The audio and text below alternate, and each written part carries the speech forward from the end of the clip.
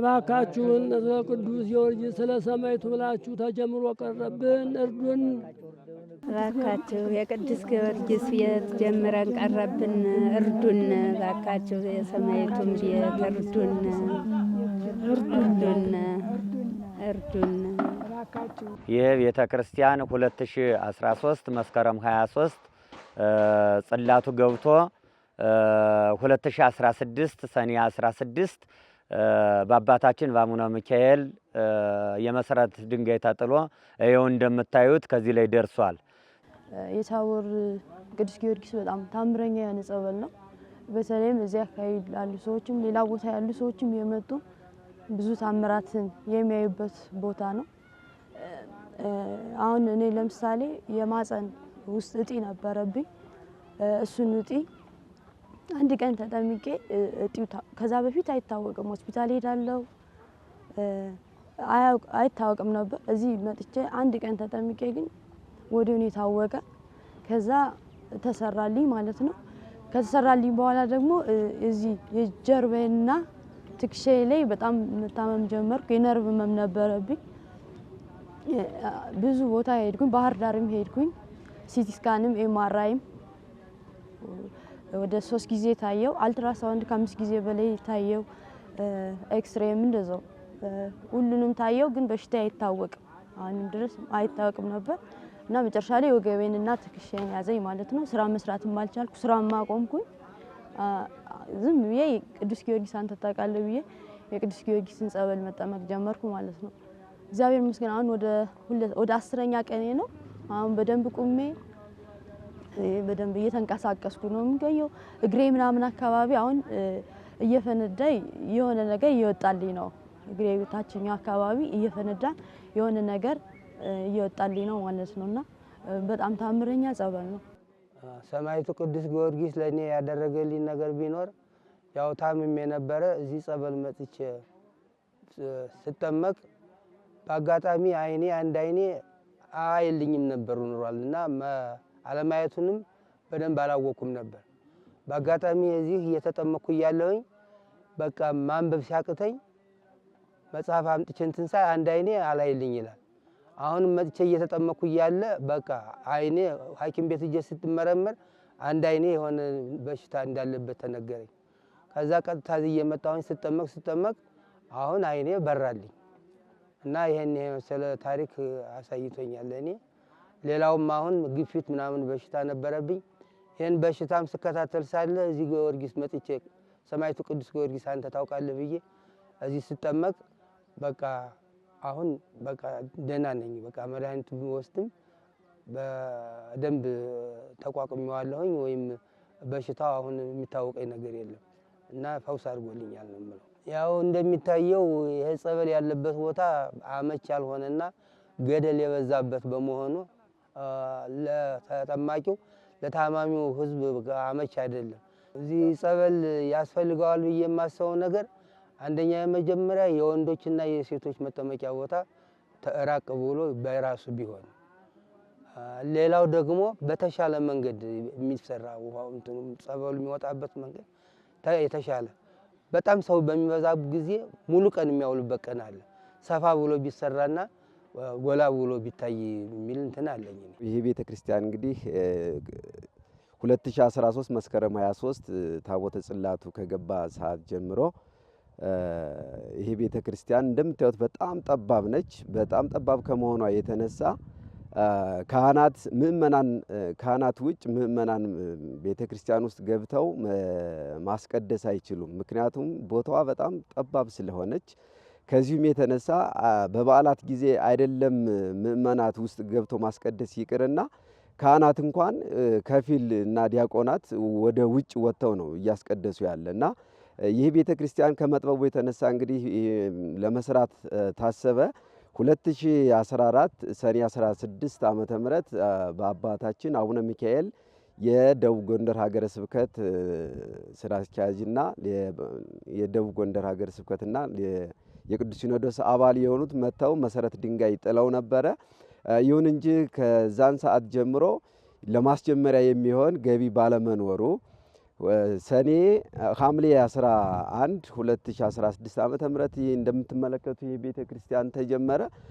ይሁን እንጂ ይሁን ቤተክርስቲያን እንደምትመለከቱ ምንም አይነት አላደገም። እዚህ ወደ ቤተ መቅደሱና ቤተልሔሙ ብቻ ነው ተሰርታ፣ ቤተልሔሙ አልተሰራም፣ መቅደሱና ቅድስት ብቻ ነው ተሰርቶ የምታዩት። ለምን መጀመሪያ አካባቢ ቦታው ቀድሞ መሰራት ነበረበት። በገንዘብ እጥረት ምክንያት እርሻው እንኳን አልታረሰም። ወደዚህኛው የመሐሌቱና የበረንዶ አካባቢን ጨምሮ ገደል አካባቢ ከመሆኑ የተነሳ ስላልታረሰ የገንዘብ እጥረት ስለገጠመን ማረስ ስላልቻል ገና ከዚህ በኋላ ከናንተ በምናገኘው ገቢ ለመስራት አስበናል እና ከዚህ አንስቶ እንግዲህ ከ2016 ዓመተ ምህረት ቤተክርስቲያኑን ተጀምሮ አሁን ላይ እንደምትመለከቱት እዚህ ላይ ደረጃ ደርሷል። አሁን ምን ፈልገው ህዝበ ክርስቲያን የሆናችሁ በኢትዮጵያም በውጭም ያላችሁ በኦርቶዶክስ ተዋህዶ እምነት ተከታዮች የሆናችሁ ይሄ ቤተክርስቲያን ምንም አይነት ገቢ የራሱ የሆነ ገቢ ስለሌለው ከከተማው ትንሽ ወጣ ያለና እዚሁ ሰፈር ያሉት ከ300 በላይ ትንሽ ከመሆናቸው አንፃር 300 አባወራዎች አካባቢ ናቸው የሚኖሩት። እነዚህም የራሳቸው የቀን ሰራተኞች ያሉበት፣ የጠውረታ ያሉበት፣ የወታደሮች በጠውረት ያሉበትና ሁሉም ደግሞ የራሳቸው የሆነ ገቢ የሌላቸው ስለሆነ እንዲሁም እንደምትመለከቱ በአሁኑ ሰዓት የገቢ ምንጭ የሌለውና የሰላም ጉዳይም ሌላኛው አጣብቂኝ የኑሮ ውድነቱ በጣም አስቸጋሪ ከመሆኑ የተነሳ ይህን ቤተክርስቲያን ለመስራት በጣም ተቸግረን ያለነው። ከከተማው ወጣ ያለ በመሆኑ አጋዥ የለውም። በዚህ ከቤተክርስቲያኑ ጀርባ ያሉት የገጠር አካባቢዎች ናቸው። የገጠር አካባቢዎችም እንደምታውቁት የራሳቸው ገቢ የሌላቸው ስለሆነ ምንም አይነት ገቢ የለውም። አሁን እኛ እየጠበቅን ያለነው እናንተን ይህንን ቪዲዮ እየተመለከታችሁ ያላችሁ በኢትዮጵያ በውስጥም በውጭም ያላችሁ ህዝበ ክርስቲያኖች በሙሉ የምትችሉትን ያህል በሐሳብም በገንዘብም በድጋፍ እንድታደርጉልን በእግዚአብሔር ስም በሰማዕቱ ቅዱስ ጊዮርጊስና በአቡነ ሀብተ ማርያም ስም እንጠይቃለን። ባሉት አካባቢ አጥቢያተ ክርስቲያን የተጀመሩት ለምርቃት ደርሰዋል።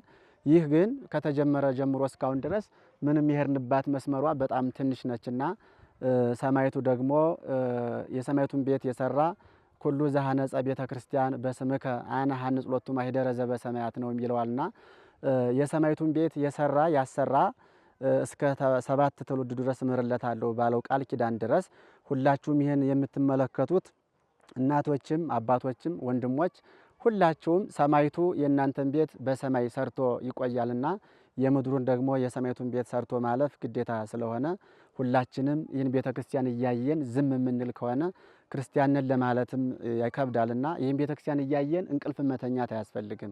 በሐሳባችሁም በጸሎታችሁም እንድታግዙን በሰማዕቱ ስም ጠይቃችኋለሁ። በዚህ አካባቢ ያለ ሰው ከ200 የማይበልጥ ህዝብ ስለሆነ የሚረዳን አጣን። ዛሬ እንደምታዩት የገሃዱ ዓለም እንደሚያውቀው ጦርነት የበዛበት ችግር የበዛበት የኑሮ ውድነት የበዛበት ቦታ ወይም ሰላም ያጣንበት ቦታ ስለሆነ ታውቁታላችሁና ይሄ ቤተ ክርስቲያን እንደምታዩት ተጀምሮ አሁን ቆሟል። ስለዚህ ኢትዮጵያዊ የሆናችሁ በዓለም ሁሉ ኦርቶዶክስ የሆናችሁ ኤርትራዊ ሁሉ ይህም ቤተ ክርስቲያን የምናስጨርስበትን ተጨርሶ ስጋው ደሙ እንዲፈተት ስጋው ደሙ እንድንወስድበት አባቶች እናቶች ስጋው ደሙ እንዲወስዱበት በአጭር ጊዜ ሰርታችሁ እንድታስረክቡን እንማጸናችኋለን። ኦርቶዶክስ የሆናችሁ ይህንን እንዳታሳልፉብን። እርዱን የሚረዳን የለም። እናንተ ብቻ እናንተ ናችሁ። ኦርቶዶክሳውያን ብቻ ናችሁ የምታግዙን። ምንም እኛ ከኑሮው ውድነት ከሰላሙ አንጻር ማንም ሊረዳን አልቻልንም። ስለዚህ ኦርቶዶክስ የሆናችሁ አሁንም ደጋግመን እንማጸናችኋለን። ሰማዕቱ ቅዱስ ጊዮርጊስን እና ጻድቋ አቡነ ሀብተ ማርያም በዚህ ቤተክርስቲያን ጽላታቸው ይገኛሉ። ስለዚህ ቤታቸው እንደምታዩት ተጀምሯልና እንድታስጨርሱልን እያልን በሰማዕቱ ቅዱስ ጊዮርጊስና በአቡነ ሀብተ ማርያም ስም እንማጸናችኋለን። እርዱን፣ ተጀምሮ እንዳይቀርብን አደራ እንላለን። እንደምታዩት ይች ቤተክርስቲያን እጅጉን በጣም የሚያሳዝን ነው። እዚህ ቦታ ላይ የሰማዕቱ ጽላት ይህ ታላቅ ሰማዕት የኢትዮጵያ ባላደራ የሆነው ሰማዕት እዚች ቦታ ላይ ነው ያለው እና ይህን እያየን ግን በእውነቱ ዝም ማለታችን ለሀገራችንም ለአካባቢያችንም ሰላሙን የሚያመጣልን ሁሉ ሰላም የሚሆን የቤተ ክርስቲያናችን ማንነቱን ስንጠብቅ ቤተ ክርስቲያናችን የት ላይ ያለ ብለን ስናውቅ ስንጠይቅ ያለው ነባራዊ ሁኔታ የሀገራችን ሰላም ይመለሳል እና ሁላችሁም ይህ ቤተ ክርስቲያን እዚህ ቦታ ላይ እንደምታዩት ምንም ነገር የሌለበት ቦታ ነው። እዚያ ቤተልሔሟን ብታዩት በጣም በሚያሳዝን ሁኔታ ነው ያለች። ይሄ ማስቀደሻው ልብሱ ብታዩት ሁሉ ያልተሟላ ነው ያለበትና ይህን ቤተ ክርስቲያን ደግሞ የምናሟለው እኛ ነን። እኛ ኢትዮጵያውያን ኦርቶዶክስ ተከታዮች በሙሉ ምእመናኖች የምናሟለው ማንም ሰው መጥቶ ሊሰራልን አይችልምና ሁላችንም ይህን ቤተ ክርስቲያን እያየን ዝም ማለት አይጠበቅብን። ይህን ቤተ ክርስቲያን መተን በጋራ እንስራ። ህዝቡ የሚያስቀድስበት የሚያስወድስበት ስጋው ደግሞ የሚቀበልበት ማህሌት የሚቆምበት መዝሙር የሚቆምበት በየሳምንቱ የሌለን እስከሆነ ድረስ የውጭ ወገኖቻችን ልትረዱ ልትደርሱን ይገባልና ስለዚህ ወገኖቻችን ተባበሩን። በችግር ላይ በውድቀት ላይ በማጣት ላይ ያለን ስለሆነ ወገኖቻችን ልትደርሱ ይገባል። ይህንን እያልን እናማጽናችኋለን። ለእናንተም መስጠቱን ማገኘቱን መድኃኔዓለም ይለግስልን እና በዚህ ልትደርሱልን ይገባል። እንደምታዩት ጫካ ላይ ነው የተመሰረተ ቤተክርስቲያኑ። ያው መቀበሪያ ስናጣ መጠጊያ ስናጣ በራሳችን ጎጆ ለመውጣት ስንሞክር ጫካ ላይ ነው ያለው፣ እያያችሁት ነው። እና የተቻላችሁን የኢትዮጵያ ኦርቶዶክሳዊ ወይም የኢትዮጵያ ሕዝብ እንድትረዱን ስንል በትህትና ነው የምንጠይቀው። ያው አሁንም በእናንተ ላይ እንዳለ ነው ሁሉ አሁንም እጃችሁን ዘርጉልን በማለት እንድትተባበሩን ስንል ባጭሩ ጠቅሳለሁ። ይሄ ነው ያለው። እንግዲህ ምምናኑም ምኑም ባዶ ላይ እንደምታዩት ነው ያለው። ውድ ኦርቶዶክሳውያን አማኞች በሙሉ ይችን ማቃረብ ያዩት አባቶች እናቶች ከዚህ ነው ቁርባን እየወሰዱ ያለ። እዚህ እችን እዩት። በዚህም እንዳለ ጫካ ነው እንደምታዩት። ምንም ነገር ለቤተ ክርስቲያኑ ገቢ የሚሆን የለም። ይችንም እዩት። እዚህ በኋላም እዩት። ይህንን የተጀመረ ቤተ ክርስቲያን ምንም ነገር በእናንተ እርዳታና በእናንተ እርዳታ ነው የተጀመረ። አሁንም እንድታስጨርሱልን ስል እንማጸናለን። ምንም እያያችሁት ነው። ቤተ ክርስቲያኑ አፍሶ ዝም ብለን ለዕለታዊ ጊዜያዊ ነው ብለን እዩት። በቀለም ቀብተን ይችን ለትንሽዬ ጊዜ ነው ብለን የሰራናትና አባቶች ዝናብ እየመታቸው ልብሳቸው እየቆሸሸ አቧራ ነው ቤተ ክርስቲያኑ ስታዩት እና በዚህ አማካኝነት አባቶች እየተማረሩብን ነው። በአገር ውስጥም ሆነ በአገር ውጭ ያላችሁ የኦርቶዶክስ እምነት ተከታዮች እንደምታዩት የቤተ ክርስቲያን ከተጀመረ ብዙ አመታቶችን እያስቆጠረ ነው። በዚህም ጫካ ነው እንደምታዩት። አሁን ከዚች ቤተ ክርስቲያን ተነስቶ ወደዚህኛው ወደሚሰራው ህንጻ ቤተ ክርስቲያን ለመግባት ይችን ህንጻ ቤተ ክርስቲያን የጀመራችኋት እናንተ ናችሁ። በጀመራችሁበት አግባብ እናንተ እንድትፈጽሙልን እናንተ እንድትጨርሱልን ነው። እዚህ አካባቢ ያለው ማህበረሰብ ይሄን ለመስራት አሁን ያ ኑሮ ውድነቱ አቅሙም ያን ያክል በመሆኑ ከእምነት ተከታዮች ሁሉ መተው ቅዳሴ ቁርባን ለማግኘት ካህናቶች የሚያገለግሉበት ራሱ እጥረት በመኖሩ ቤተክርስቲያኑን መስራት ማቅቶና ይሄን ደግሞ ቤተክርስቲያን በጀመራችሁበት አግባብ የምትረዱን የምታግዙን እናንተ ትውልደ ኢትዮጵያንም ሆነች የኦርቶዶክስ እምነት ተከታዮች አገር ውስጥም ሆነ ከአገር ውጭ ያላችሁ ትብብራችሁን ድጋፋችሁን እንድታደርጉልን ነው የምንጠይቀው። ስለ ሰማዕቱ ስለ ቅዱስ ጊዮርጊስ ብላችሁ ይሄን ሚዲያ የምትመለከቱ በውጭም በአገር ውስጥም ያላችሁት የኦርቶዶክስ እምነት ተከታዮች በሙሉ ስለ ሰማዕቱ ስንል ይሄንን የምታዩትን ህንጻ ጀምረን በአካባቢው ያለው ማህበረሰብ ከእጅ ወዳፍ የሆነ ኑሮ ስላለው ጀምሮ መጨረስ ስላቃተው እናንተ የተለመደ ትብብራችሁ እንድታደርጉልን በትህትና እንጠይቃለን። እኛም እዚሁ አካባቢ የተቀመጥነው በአገልግሎት ላይ ያለን በግብርም በተለያዩ ውስጥ ቤተክርስቲያናትን ማገልገል ስላልቻልን ከኢኮኖሚው አንጻር እናንተ እንድትረዱን ስንል ዝቅ ብዬ ጠይቃችኋለሁ። ሰላም ሳለ ቤተክርስቲያኑን ጀምረን አሁን ሰላሙ ጠፍቶ አገርነት ጦርነት ተከፍቶ በአገራችን በአማራ ክልል ተከፍቶ አሁን ሀብታሞችም እየጣሉን ሄደው እኛ ቀረን ድሆቹ። ቤተክርስቲያኑን አሁን በምን እንስረው በምን እንክለው? ጀምረን እንደተጀመረ ህንጻው እንደተጀመረ ቀረብን። እባካችሁ የሚቻላችሁ የክርስቲያን ወገኖች የሆናችሁ እርዱን፣ ድረሱልን። በጣም ቸግሮና አሁን ሀብታሙም ጥሎና ሄዶ ድሆቹ ቀርተን የሚበላው አገሩ የለው የሚጠጣው ድሃው ነው የቀረና አሁን ገንዘብ አተን በገንዘብ ማጣት ሰው በማጣት ያው ተጀምሮ ቀረብን። ስጋ ወደሙ መቀበሪያ አጣን። ዕዳ ገባን። እባካችሁ እናቶቼ እርዱን፣ እጃችሁን ዘርጉልን፣ ድረሱልን። ቸግሮናል፣ የምናደርገው ጠፍቶናል። አገሩ ሰላም ስለሌለው ወንድሙ እየገደለው አባት ልጁን እየገደለ ሰላም አልሆነም። ዕዳ ገብተናልና እባካችሁ ድረሱልን፣ ስጡን። እናቶቼ ሰማይቱ ይረዳቸዋል፣ ሰማይቱ ይገድፋቸዋል። እባካችሁ ሰላም ሀገር ያላችሁ እናንተ እርዱን፣ ድረሱልን ነው ምንል። ምንም የካህናቱ ደሞዝ የለው፣ አገልጋዩ ዝም ብሎ ጦም ነው የሚያድር። ቤተ ክርስቲያኑ ተጀምሮ ቀረ፣ ዕዳ ገባን። ስጡን እናቶቼ እባካችሁ እርዱን፣ ድረሱልን። ይህም ቤተ ክርስቲያን የምታዩት ተራቆተ ድሃ ነውና ተጀምሮ ሊቀርብነ ስለሆነ እርዱን። ቤተ ክርስቲያኑ በጣም ያው ተጓጉሎብናል። እርዱን ስንል እንጠይቃለን። በቅዱስ ጊዮርጊስ ስም እንጠይቃቸዋለን። ክርስቲያን የሆናችሁ የክርስቲያን ተራዳዎች ማንኛውም ሕዝብ በማቴሪያም ሆነ በገንዘብ 100 ብር አንስቶ ባለው እርዳታችሁ እርዱን። ስለ ቅዱስ ጊዮርጊስ ስለ ሰማይቱ ብላችሁ ይህን ቤተ ክርስቲያን እንዘልቀዋለን ብለን ነበረ።